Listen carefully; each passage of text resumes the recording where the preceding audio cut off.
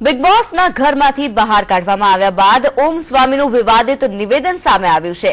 એક TV channel પર ચર્ચા દરમિયાન તેમણે સલમાન ખાનને આઈએસઆઈનો એજન્ટ ગણાવ્યા।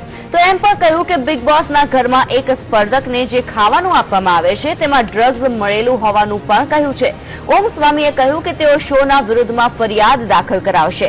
આપને જણાવી દઈએ કે ઓમ સ્વામી પર શો દરમિયાન રસોડામાં યુરિન કરવાનો આરોપ લગાવવામાં આવ્યો હતો। દરેક સ્પર્ધકોએ તેમને બહાર કાઢવાની માંગ કરી હતી।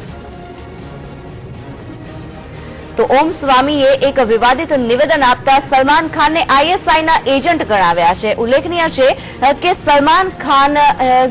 સલમાન ખાને ઓમ સ્વામીને સૌથી વધારે સલાહ આપી હતી। ઉપરાંત ઓમ સ્વામી જે છે તેમણે ઘરની અંદર બિગ બોસના ઘરની અંદર બિગ બોસ હાઉસમાં ખૂબ જ વિવાદિત કાર્યો પણ કર્યા છે। તેમના કારનામા જે સામે આવ્યા હતા ત્યારબાદ તમામ સદસ્યો બિગ બોસના સદસ્યો તેમનો વિરોધ કરી રહ્યા હતા અને તેમને ઘરની બહાર કાઢવાનું પણ કહી રહ્યા હતા અને બિગ બોસના ઘરમાંથી બહાર આવતા જ તેમણે આ નિવેદન આપ્યું છે।